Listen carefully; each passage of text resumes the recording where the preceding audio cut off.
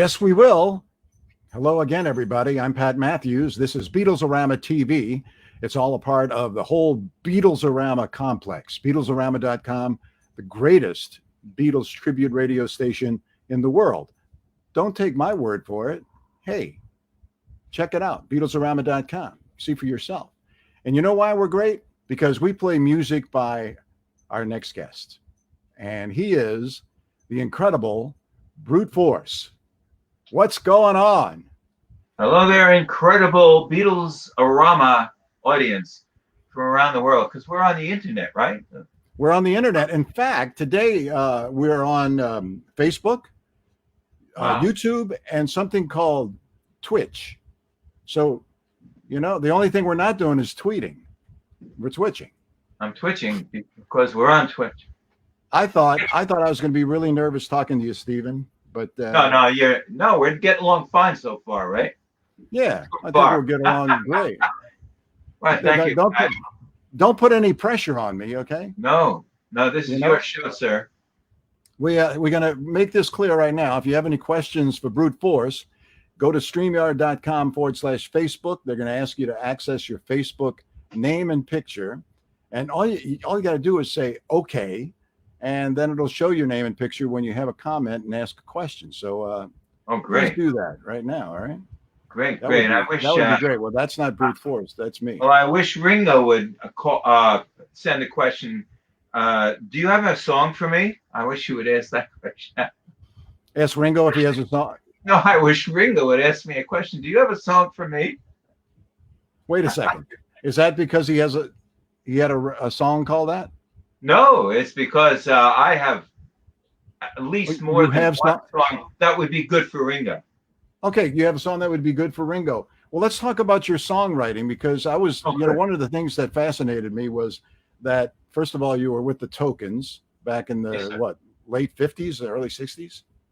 It was between 64 and 69. Oh, okay. Between 64 and 69. So is that the reason why when you released The King of Fa, it was produced by the Tokens?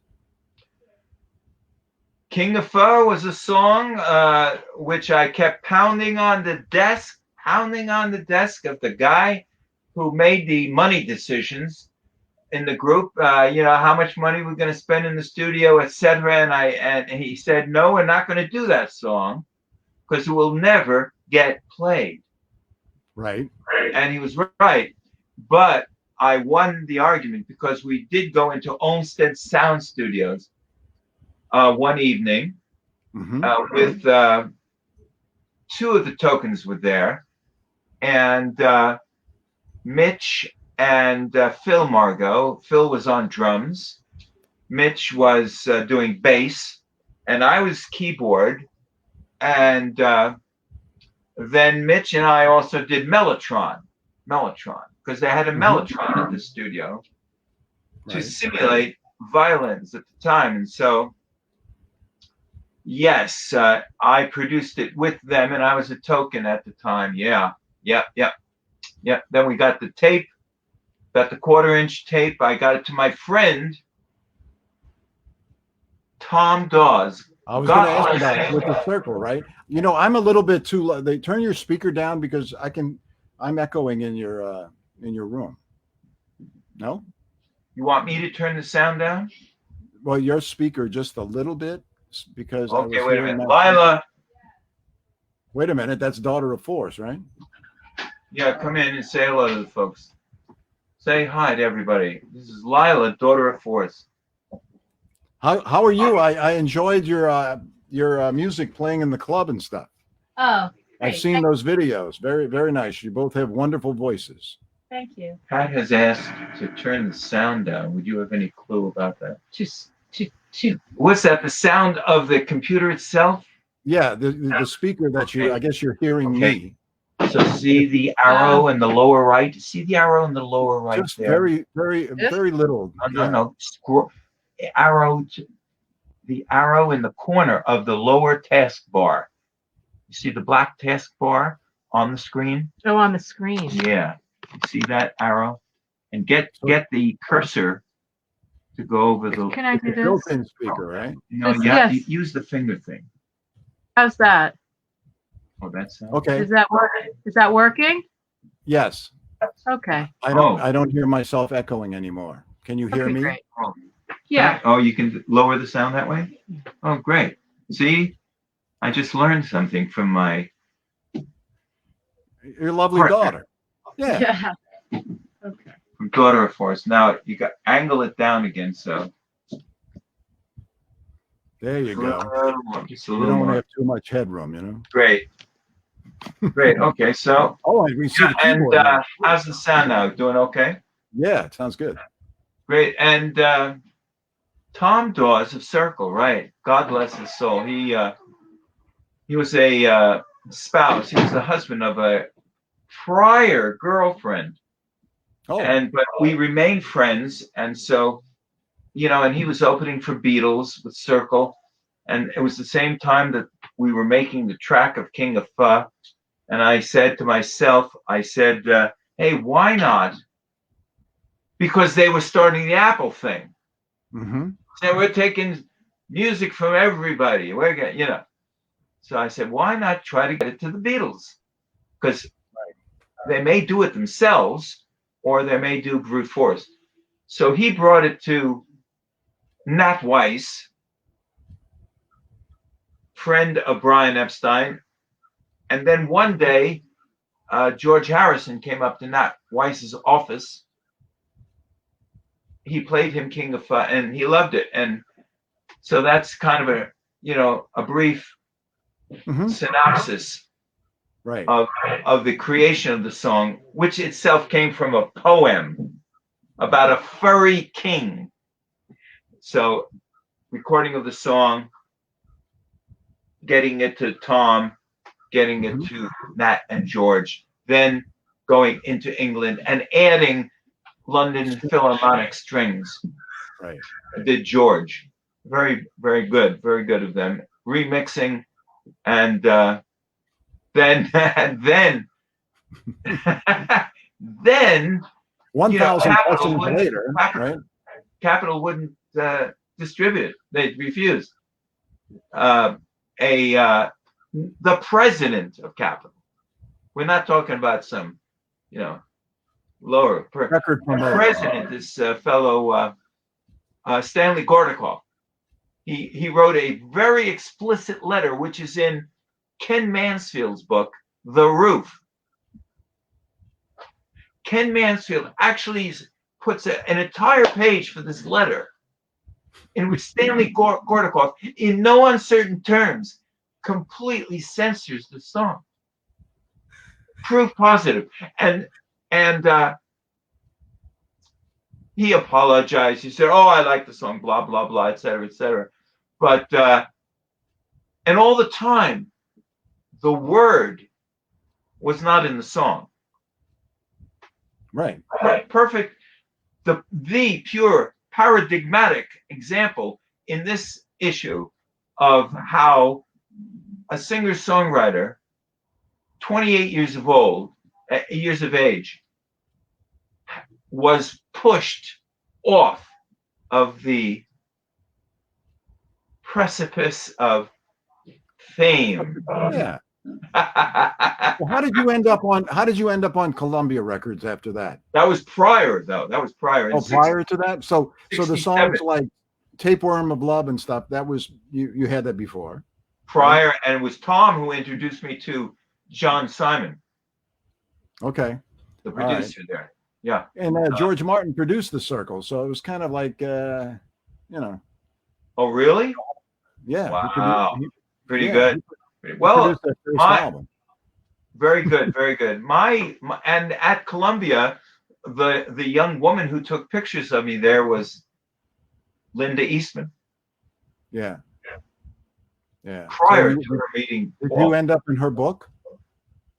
In her photo? I didn't end up in her bed. I'll tell you that. I didn't say that. You did. I did. No, but she was a very lovely person. And her book, I don't know. What's the title of the book? I don't know either, but it's okay. She has a book. That's a good title though for something. Photography. I don't know either. I don't know. Why don't you write a song right now? I don't know either. Sure, I will. Here we go.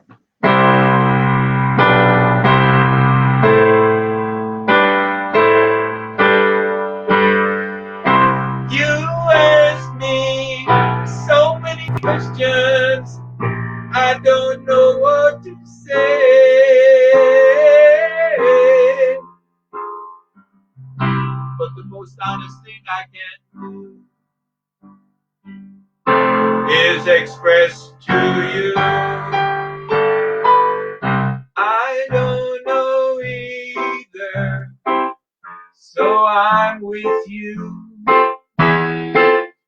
I don't know either, so what can we do? So yeah, I knew you could do that. Thank you. It started in high school, by the way, at parties, and I would just ask for any topic or idea, and then it graduated into showcasing in comedy. Mhm. And that would be a part of the set, would be making up songs. You know, it could take a good 10 minutes, and if you've got a good 10-minute chunk, then you're okay. Some things didn't make it at all. Which, You know what's really odd is that you did that a lot better than when John Lennon and Paul McCartney appeared on the Tonight Show with Joe Garagiola, and Johnny Carson wasn't there that night, and John and Paul were obviously pissed off about it, and then Joe Garagiola says, "You guys write songs all the time, don't you?" He said, "How about writing one right now?" And then they start singing, "Hey Joe, see you in the morning," and I'm like, and that was before "Hey Jude," which I thought was kind of funny, but yeah, I remember that. Well, you know what? The dialogue that we go through at this moment, Pat, or the dialogue that any person goes through when they're talking, or any potentate or any zhlub, anybody anywhere, can be set to music. Yeah. So that but the things that we're saying are also extemporaneous. In other words, we're not setting up this dialogue.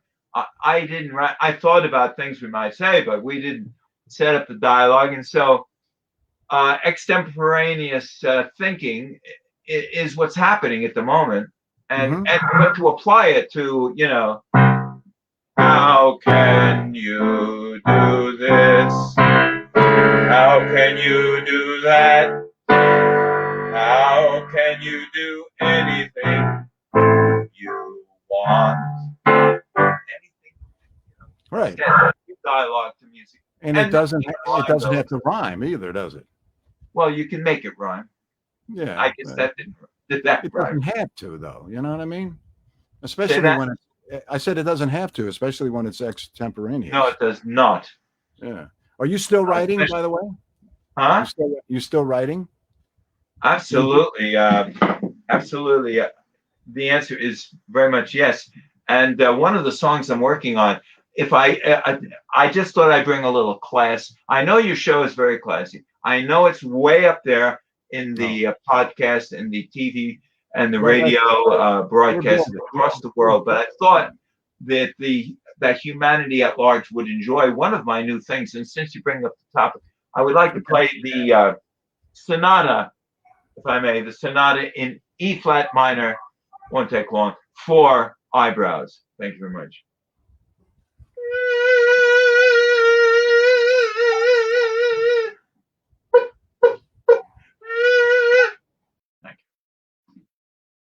That's great. I didn't mean to take myself off here before. And then you also had something about was it a plastic seat or something that you? A chair which has a vinyl.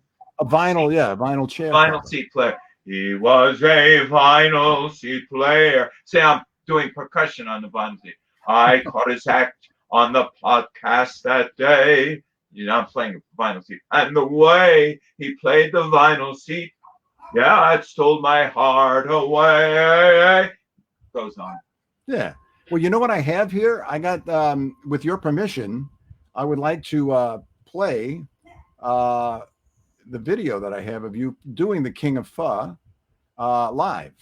Oh wow! From where? Where is that? Is that from the Academy in Birmingham? I don't know. Maybe when it's over, you can show. You can tell us. Okay. I don't know exactly. I can remember. Sure. I got it off YouTube where I get everything. All right. So let me play it, and we'll be right back.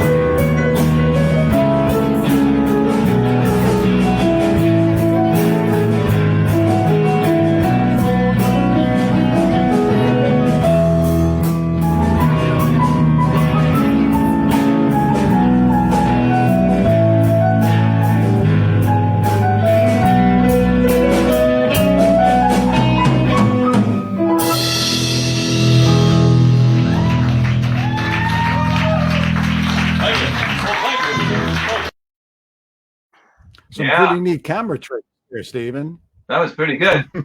That was at a festival called Beef Stock in the vicinity of Woodstock.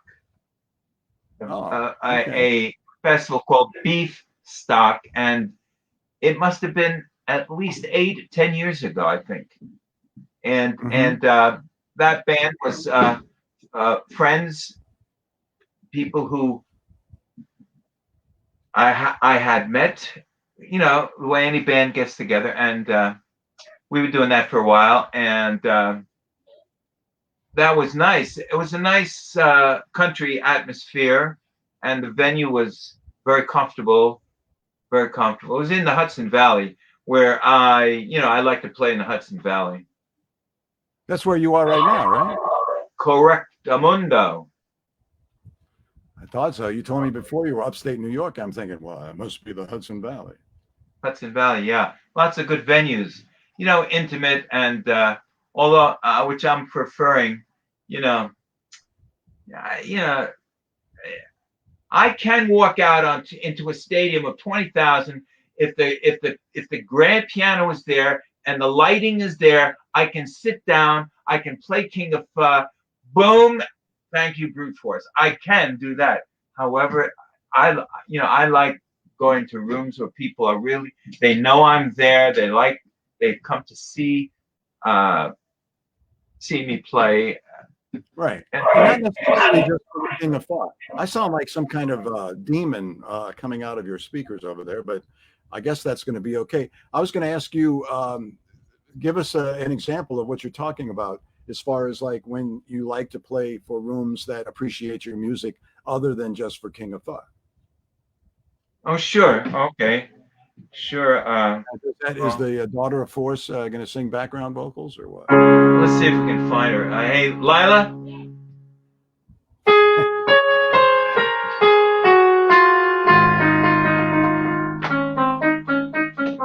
Well, now, Pat played King of from Beefstock Festival. Oh, wow. That one a long time ago. You know, so, and he has asked what would be another song that you play in an intimate venue. So let's do, I think something that you pick up right off the bat and kind of recall is Destiny Unknown. Okay. Right? Sure. Yeah, sure. Okay. A song about moving on.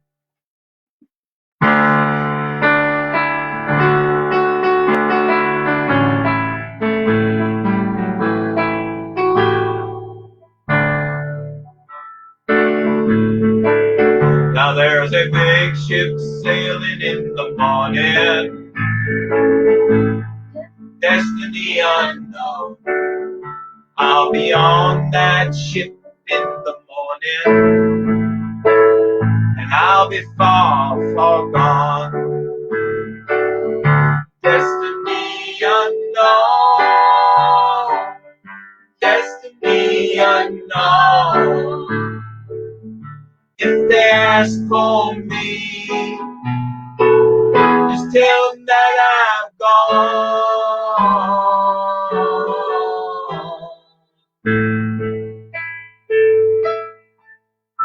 I'll be sailing for the horizon and the morning sun. Please don't ask me where I'm going. Destiny unknown,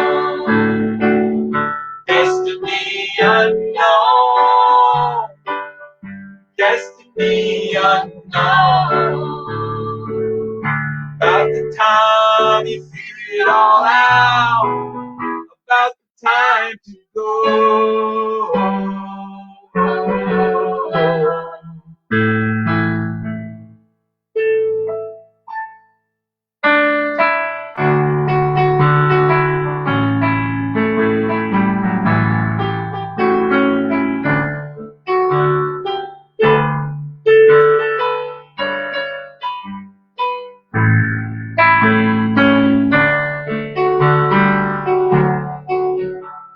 Yes, I've got the dreams of the helmsman as he plows out to sea, leaving behind all his loved ones, just left with memories. Destiny unknown, destiny unknown. If they ask for me, just tell them that I'm gone.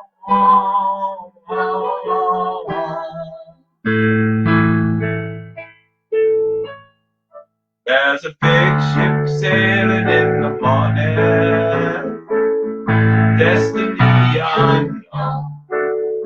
I'll be on that ship in the morning, destiny unknown, destiny unknown, destiny unknown.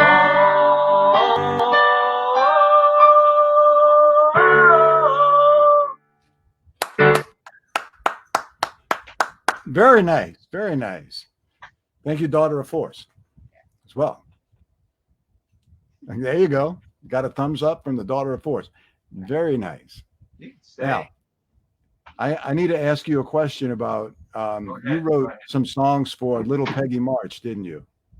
Oh, yeah. You know, that was Oh, that was Teenage Cat. My teenage castle is tumbling down, tumbling down, tumbling down, tumbling down. My teen lovely castle in the air. I sit there. I dream my dreams of love in there,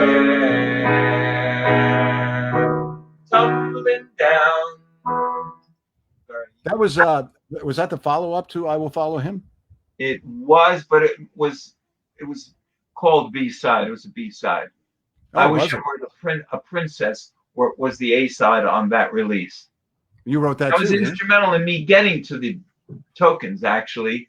The producers, and it brings up another musical genius with who guided me, Billy Gusick, a drummer, for oft times for, and this brings into my lineage Bill Haley and his Comets, because Billy Gusick played drums studio and on the road sometime with Bill Haley and his Comets.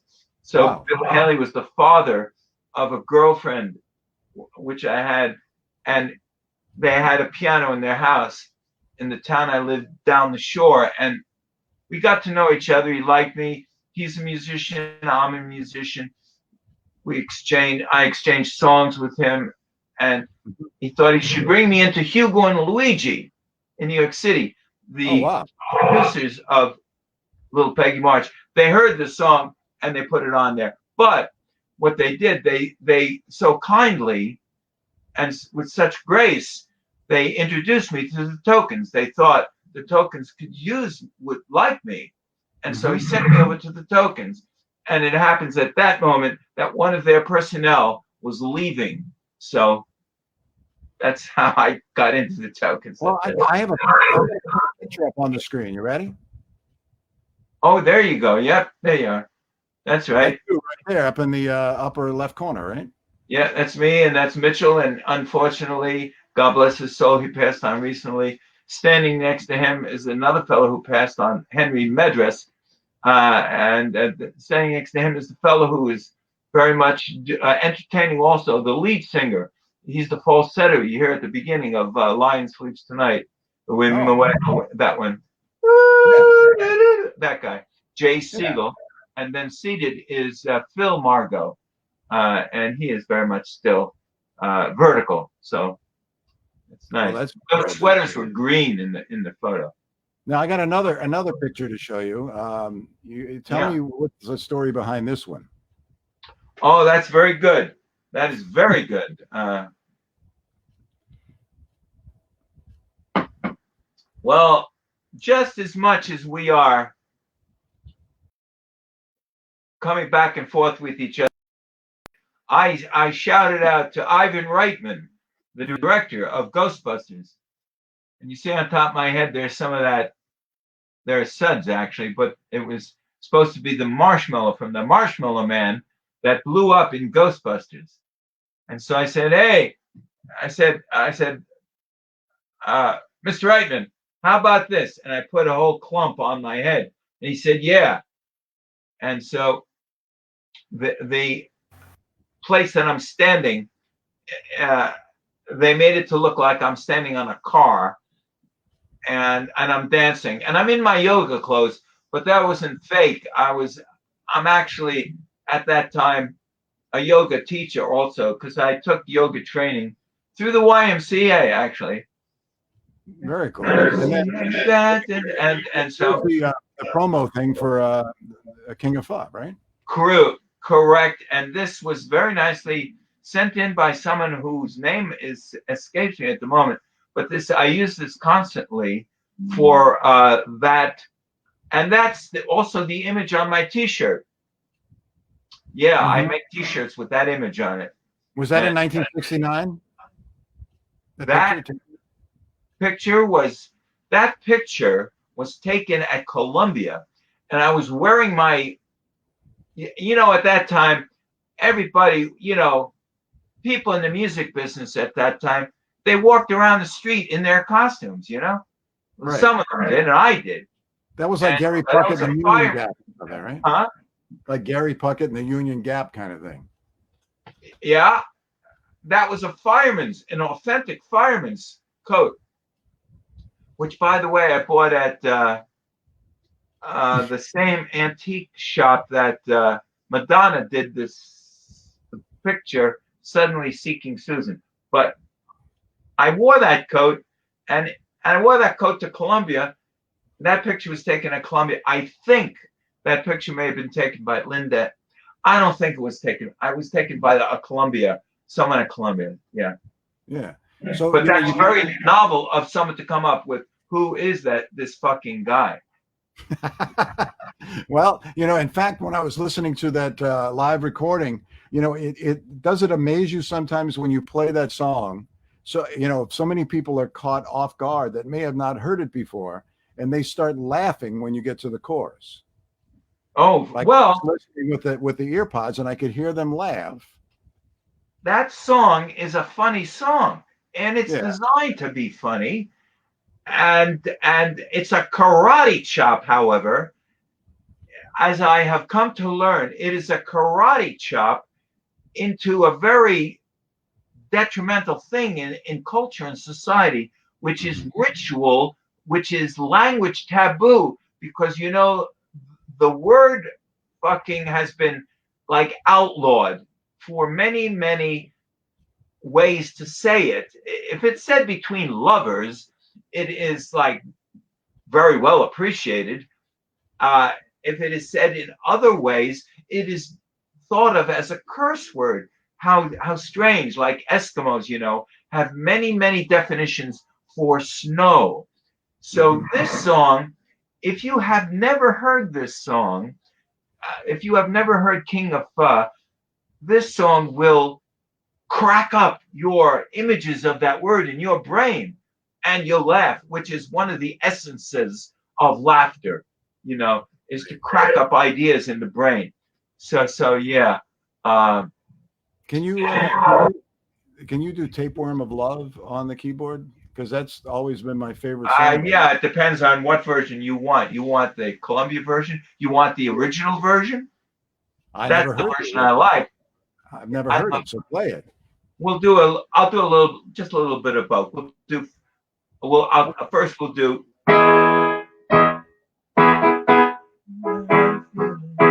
Something inside, which is Columbia. If I can get to this part of it. I got a feeling so deep in it. The guy asked me, John Simon, he said, I like this, but can you change the because I played him the doo-wop version from which it came, but can you change the music? So we made it more punkish. Same lyrics though. I got a feeling so deep inside, whenever we're together, it just won't hide. It's a tapeworm of love, eating my heart out over you. That's Columbia, which stems from this.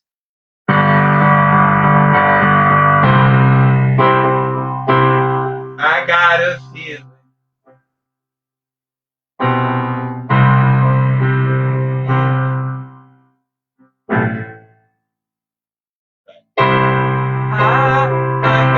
I got. How does that start? See, okay, I'm sorry.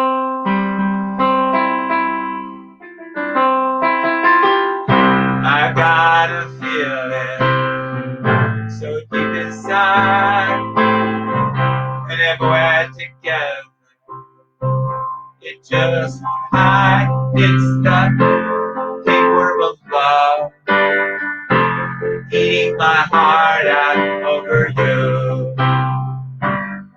It started there. No, that's great. I'd never heard that. Simon said it's too old. It sounds too old, because at that moment in 1967, the genre of doo-wop sounded too old. It had not yet. It was not nostalgic yet. It was you being also a DJ playing music. You see how that works, you know. And so we're not nostalgia yet for that. He said, make it, change the music. Did you know Dion at all? And I may have met Dion coming into the office at 1697 Broadway, which is the same building almost adjacent to, which was the Ed Sullivan Theater, you know, which became the David Letterman Theater, you know, which now is what, the Stephen Colbert Theater? I don't know. Yeah. Well, you know, that's his bedroom, I think. And it's on the 6th floor. And importantly, though, how things, you never know the serendipity of life. When I was a young boy, my mother took me and my brother, David, into the same building to take tap dancing lessons and singing lessons. So and we sang at that time, and I do have it. That could be, it could bring some bucks, but I have it in my memorabilia. I have it singing Lavender Blue Dilly Dilly with Leslie Uggams. Wow. From when she was a student in the same classes. Yeah, right. That's pretty amazing. You know, my wife says I always want to say something like this as a comparison and talk about myself, but that's not it. You mentioned Leslie Uggams. I took piano lessons when from the time I was 7 till I was 17, and Harry Connick Jr., when I was 17, was just starting to take piano lessons from the same teacher when he was 5. Wow. You know? Well, that's a long time to take piano lessons. I didn't study for that long, but that's a long time. So you can play piano. That's good. Yeah, well, I learned classical music, so you know. Wonderful. But I got as far as Moonlight Sonata. Did you? I played that. In fact, I played a Rachmaninoff concerto with the New Orleans Philharmonic Orchestra. I won a contest when I was like 14. Yeah. That was the highlight of my piano career. Wow, sure. That's beautiful. That's beautiful. Well, Mr. Brute Force, I appreciate you coming on with me today. We're done. Okay, great. I'm very happy. Yeah, I like to try to keep it under 40 minutes because, you know, people will watch the whole thing, you see? We can go on forever. Goodbye. Goodbye.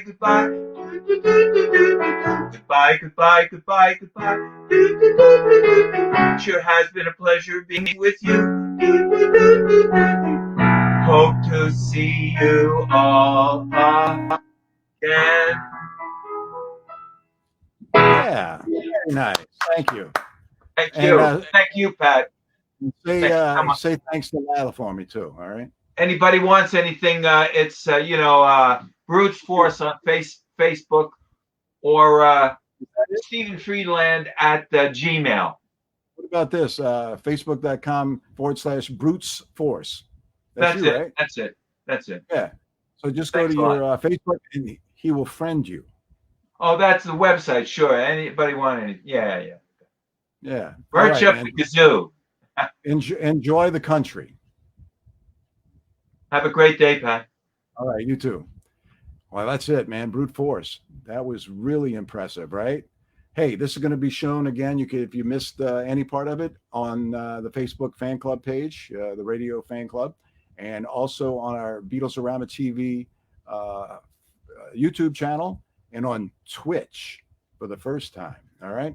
I'm Pat Matthews, and that's it for me. So you have yourself a great night and enjoy yourself.